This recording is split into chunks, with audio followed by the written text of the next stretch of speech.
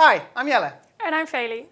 And today we're going to talk about the Azure Machine Learning Service and specifically AutoML. AutoML. Yes. That sounds really interesting. It is.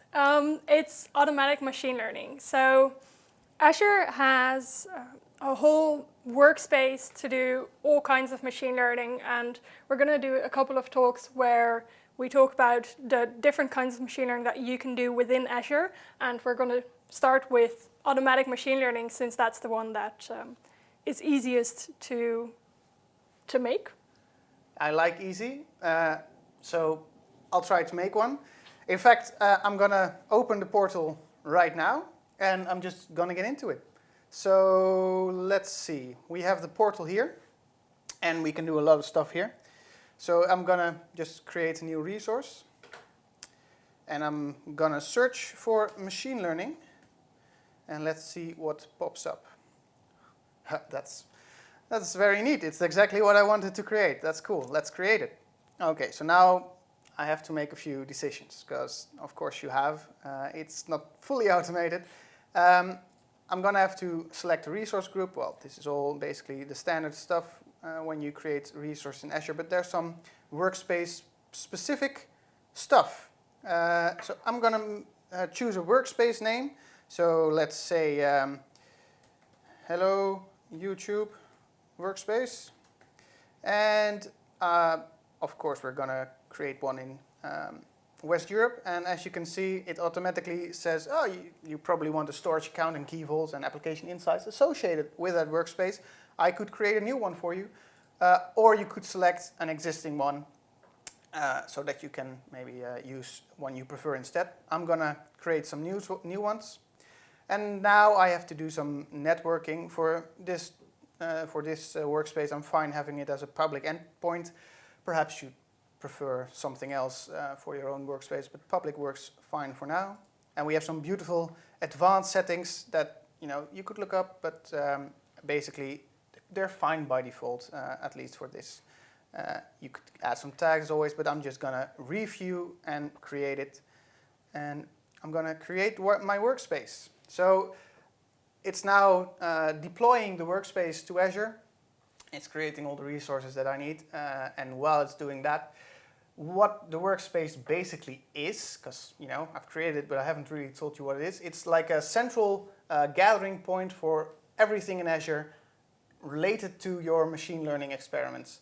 There are, of course, other services where you could do some machine learning-y stuff, but if you're trying to set up your own experiments, this is really the place where you can connect everything to each other. You can have like this a workspace where you can connect using a Python SDK or an R SDK. You could, there's extensions for Visual Studio Code where you can connect to this workspace and then use it to interact with any experiments that you're trying to run. So perfect timing, it's done. So let's go to that resource. And what we have here is the workspace. So the workspace is just this resource where we only have a few settings. We can create some private endpoints if we want, so that not everyone can connect to your workspace. And we can set up some alerting. Basically, it's not that, there's not that many options, unfortunately. I would like some more, but this is what we have, and it works for now. Because the most important thing is, well, at least for this talk, there's also a studio. There's a studio where that has been created. And the studio, it's important that you don't mix these things up. The studio is basically the web interface for your workspace where you can interact with your workspace using a web interface. It's different from the studio that Azure had like a few years back. You might remember that one. Yeah, a few years back, Azure already had the classic machine learning studio, and that is basically a designer where you can drag and drop different machine learning parts to make a machine learning solution. We're going to talk about the alternative of that later, but this is now called the Machine Learning Studio. and the old thing they're calling the classic machine learning studio. So those are not the same thing. As always, Microsoft is excellent with naming things. So within these machine learning services, within this workspace, we can browse to this Studio Web URL. There we go. And this is the web interface for our workspace. It's it looks on this, on the one hand, it looks really easy. On the other hand, there's a lot to unpack. So that's why we're going to spend multiple talks, multiple videos within this beautiful web interface. We have 3 ways to author experiments. We have a lot of assets that we're using in our experiments, and we'll have to manage some additional stuff to make our experiments actually work. So we're gonna talk you through it by using by authoring an experiment using one of the 3 ways. And as Feli just said, I'm in luck because I'm just gonna do the automated ML, and that's really, really easy. Yeah, and what you'll notice if you maybe watch this video in a couple of months, they're still working on this. So for example, you can see that there is, under Manage, there's linked services. That wasn't there last month. So they're still very much adding stuff to this web interface. But most of the options will probably stay kind of the same. So there might be a few places where maybe it looks different on your computer, but it will still do roughly the same thing. Yeah, but it works on our machine right now. It works on our machine. That's the most important part. We'll see if it works on our machine. Thank you. So, as I said, automated ML, that's the way we're going to author right now. And I think if you've watched any of our previous talks, I think the most important part about machine learning, what do you need, is data. Data. So I don't have any data currently, and I believe that you've sent me some data. Yeah. Yes, we have a data set about wine, and the great thing is that wine. Wine. I don't know anything about wine. Neither do I. So that's cool.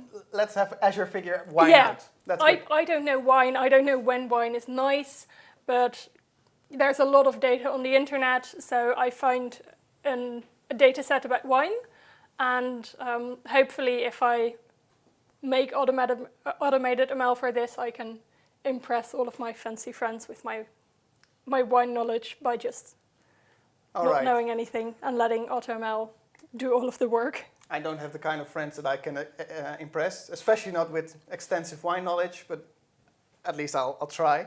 So what we have here, I see a lot of columns with, kind of like values for different properties of a wine, where I have no idea what, for instance, if a volatile acidity of the wine would be good or bad. But we're going to have Azure Machine Learning figure it out for us, because someone has been nice enough in this data set to rate each wine as either false, not that tasty, or true, quite tasty. Also, it's been divided by color. So there's a lot of data here, and we can use this data to predict whether a wine will be good or bad according to someone who rated this wine. I'm gonna assume that a lot of people rated these wines. So yeah, and I think it's important, if you look at the data, the first thing you want to know is whether this is a regression problem or a classification problem. And we've talked about this in previous talks, but basically that means, do you want to feel like, is the label that you want to give to your data, is that a classification? For example, true or false? Or is that regression, which means that it's a number? Yeah. And with this one, it is classification. Yeah, I'm classifying wine into rubbish or excellent stuff. That's how you call a good wine, right? Yeah. Okay. So instead of, for instance, predicting how good, like scoring the wine and predicting the score, which would be more regression-like, we're classifying here. Well, let's I think that's nice.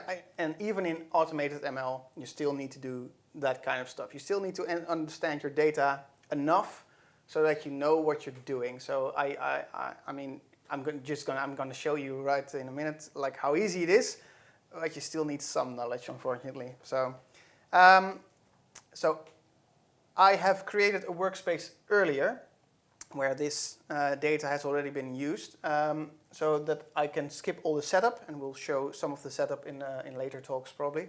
But for now, I'm just going to go to my awesome workspace that I've created before, and I'm going to launch that studio. So this is different from the one that I've created before, just to skip some boring setup stuff. And as you can see in the experiments, there's already some experiments there, and we'll use that as like when in cooking shows you have that cake that you already put in the oven. That's this. So, but now we're gonna go from the top, and I'm gonna show you automated ML. All right. So first I click automated ML. I'm gonna author something using an automated ML run, and I'll just quickly show you. There's a lot of documentation. You can look around. It's especially for automated ML. It's not that hard. You'll need to get some things right, but you'll be able to this is typically stuff that you'll want to click through yourself and then really get into the dirt of it. Yeah, they're quite good at like guiding you through it, and yes. Yeah. Yeah, Microsoft itself will try to nudge you to doing the correct thing, but you're free to experiment, because what else is machine learning for? So first thing I have to do to get this run going is I have to select a dataset. Now, the datasets you can see on their assets. You have the potential to have a lot of datasets in your workspace, but I only have one currently. I've very imaginatively called it red or white, and I'm going to select that dataset. And as you can see, it's a tabular dataset. I've uploaded it earlier. And yeah, I'm just going to say, let's use that dataset. And now it's going to ask me to configure the run. And we're going to wait a bit. There we go. Thank you, Azure. You're being very cooperative today. All right, so I'm going to create a new experiment. I could use an existing experiment, but let's pretend this is the first time that I'm doing this. And I'm going to create an experiment name. This is important. You need to have some kind of naming scheme, because you're going to create experiments, models, endpoints, runs, data sets. You need to think about your naming, because otherwise it's going to be completely messy and you don't want that. So I'm just going to say, okay, it's an experiment. It's got to do with wine, and I'm trying to find out quality. And it's the first one I'm doing out of a lot. And here's asking for our target column. So we could try to predict a lot of columns. I think, if you're a science guy, it could be interesting to try to predict the number of chlorides based on the other properties of the wine. But as we said, we're going to try to classify whether the wine is good or bad. And we're going to try to target this column. So this is the value that we're trying to predict. And I'm going to have to select a compute cluster. We'll come back to this, but basically, the machine learning experiment has to run on something. And I'm going to select a cluster that I've created earlier. If you're starting completely anew, you won't have this cluster, but you'll have this cool option here to create a new compute. And you can just select stuff based on what you want. We're not going to get into that now. We might get into that later. Yeah, but if you just want to do a first thing, you'll see that there's already a default cluster that's selected, and you only have to click create, basically. Yeah, so especially in such an automated ML run, Microsoft's really just urging you to get going. It's fun. Try it out. All right, I'm going to click next. And here we come back to what you were talking about before. I have to select whether this is classification, regression, or a time series forecasting, which it's not regression, but it's similar in that you're trying to predict a value only not based on other properties, but as a progression, as a logical progression. So I know that this is classification, but there's this cool checkbox here, and it has a buzzword that I know. Enable deep learning. Deep learning sounds cool. Do I want to enable that? Do you? Yeah. I think deep learning if you want, you can always enable it. If you just want to try out a few quick things, then you might not want to enable it just because it gives you even more options and it takes longer. But yeah, there's also a nice information thing. There we go. Yeah, it helps to featurize text data and may provide higher accuracy. So is that what we're trying to do here? I don't think so, because we have a lot of numerical values. Yeah, so in this case, we don't have any text values. It is basically all numerical or a category like red and white. And so for us, we don't have to enable deep learning. But if you're just trying stuff out, it could also be interesting to do one where you enable deep learning, do one where you don't do that, and basically just see what the results are. Yeah, it's really easy to just experiment with this. Yeah, so I'm gonna skip deep learning for now. If you don't know what deep learning is, by the way, the name is really good. It's like a deeper, more intensive way of machine learning. It's more costly, it's more slow, but it can provide some really interesting results. Given that our data set's actually not that big and it has no textual values, I'm going to skip it for now.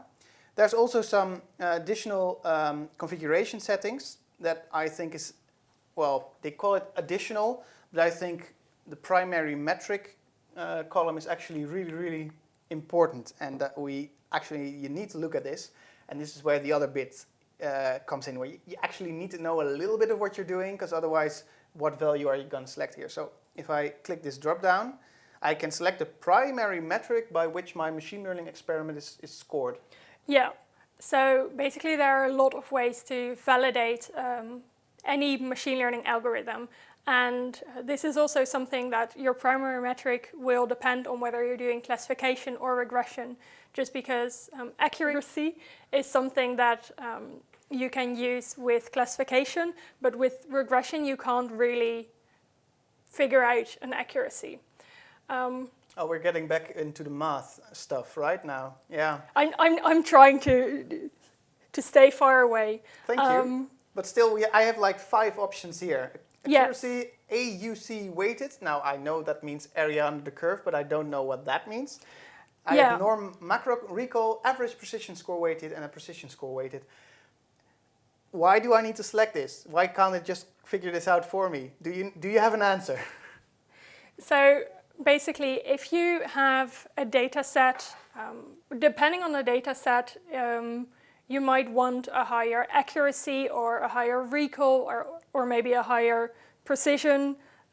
And we've covered a lot of these words in previous talks already. We can probably link it in the description. Yeah, I'm going to point down in case we did. So there they are. Yeah. Basically, maybe if you're predicting whether someone has a sickness or not, you might want a bit more false positives or false negatives. Just depending on your data set, you might want a different kind of validation. And we'll probably do another video where we will explain all of the kinds of validation, because there are a lot and it's all pretty much math related.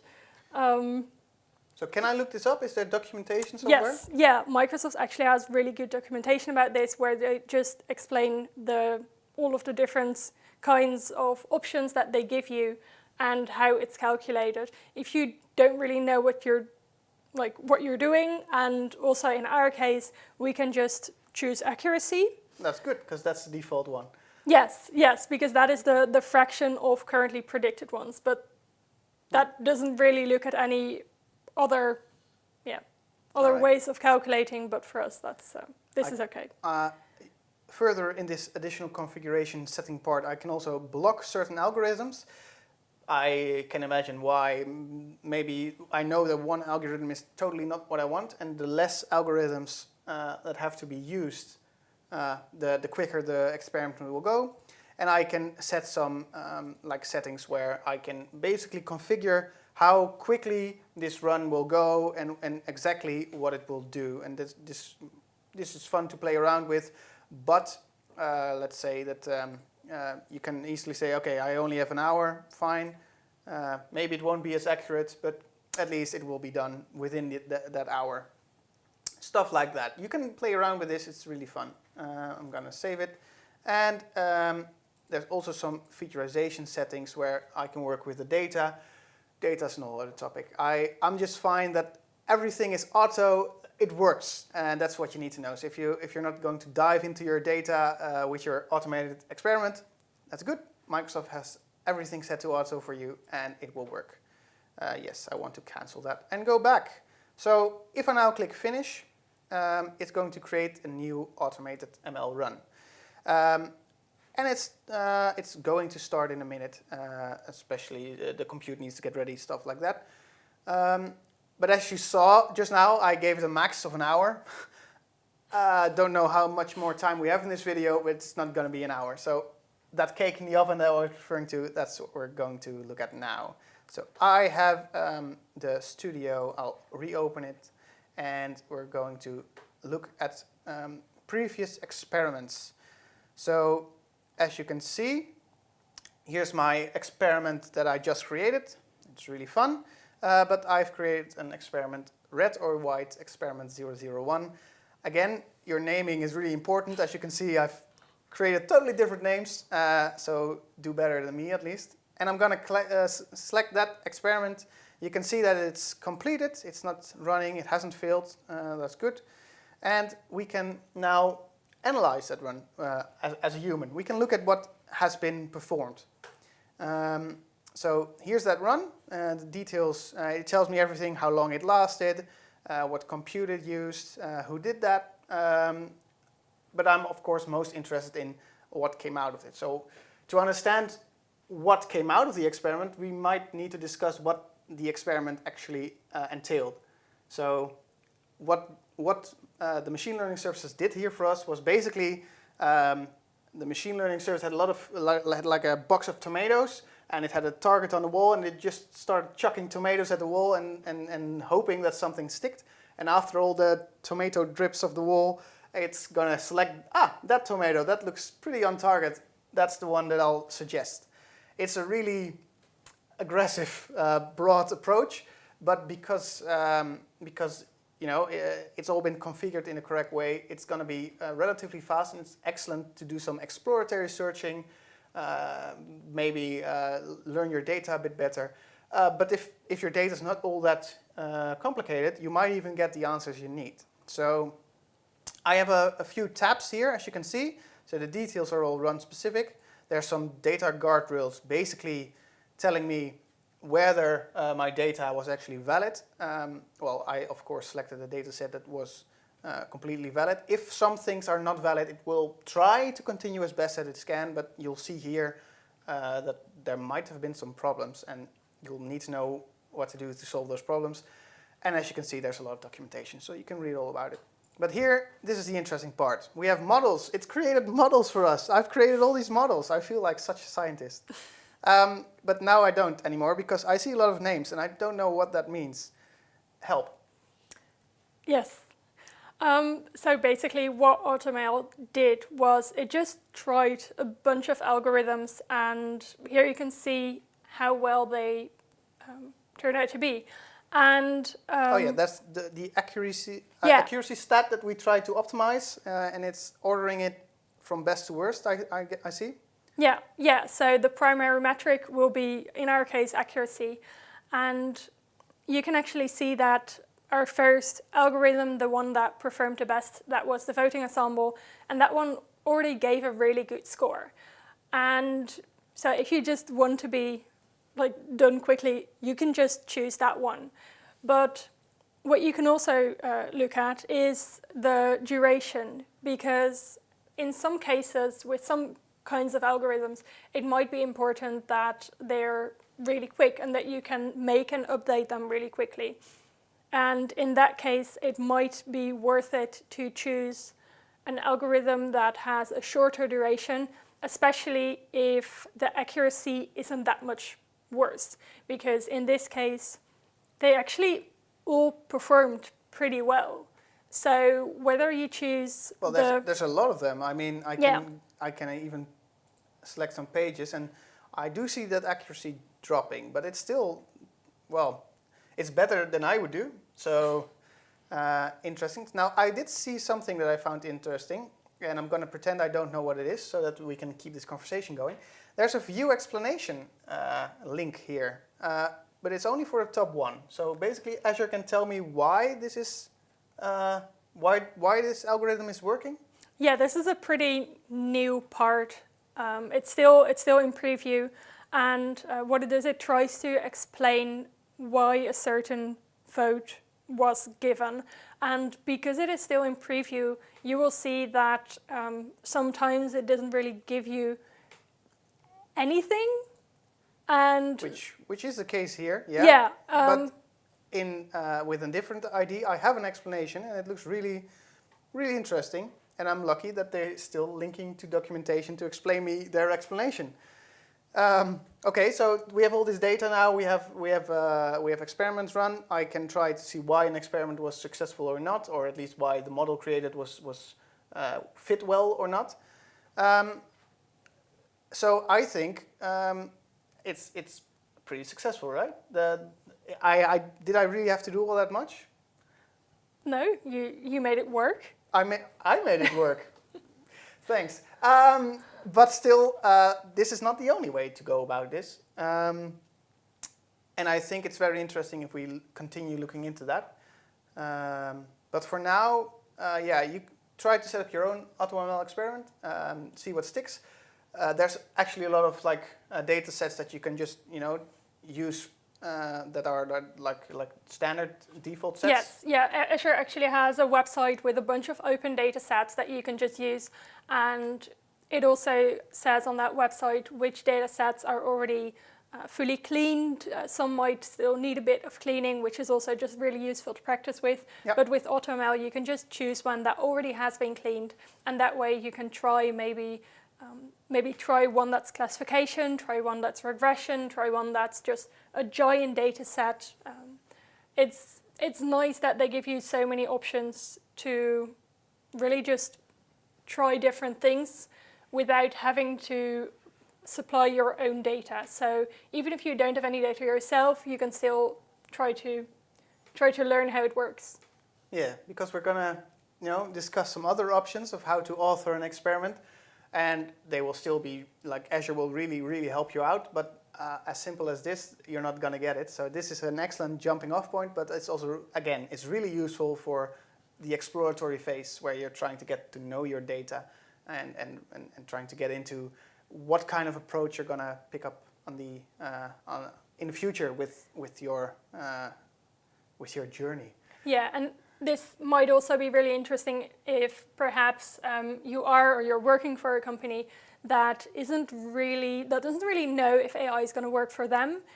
In that case, you can basically say give me 2 hours and some Azure credits, and then you can already kind of see what accuracy you might be able to get from machine learning, and that is also a way that you can already kind of try to see whether machine learning is something that might work for you. It's not going to give you a definitive answer, but it might help you.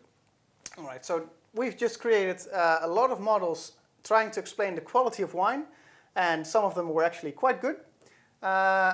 So I think good luck with that if you're trying it yourself. I think we're going to leave you with one of our famous book tips. This one is not completely AI related, but it is AI-ish, that's the word. You might know this guy from other books, but this is actually my favorite of his. He did write Sapiens, and you might have heard of that one. This one is Homo Deus, and it's about the predictions for the future, where stuff like AI and automation are playing a big role. It's semi-scientific, semi-philosophical. It's a really, really interesting read, so I highly recommend it. I think that's it. Yes. Thanks for watching. Bye-bye.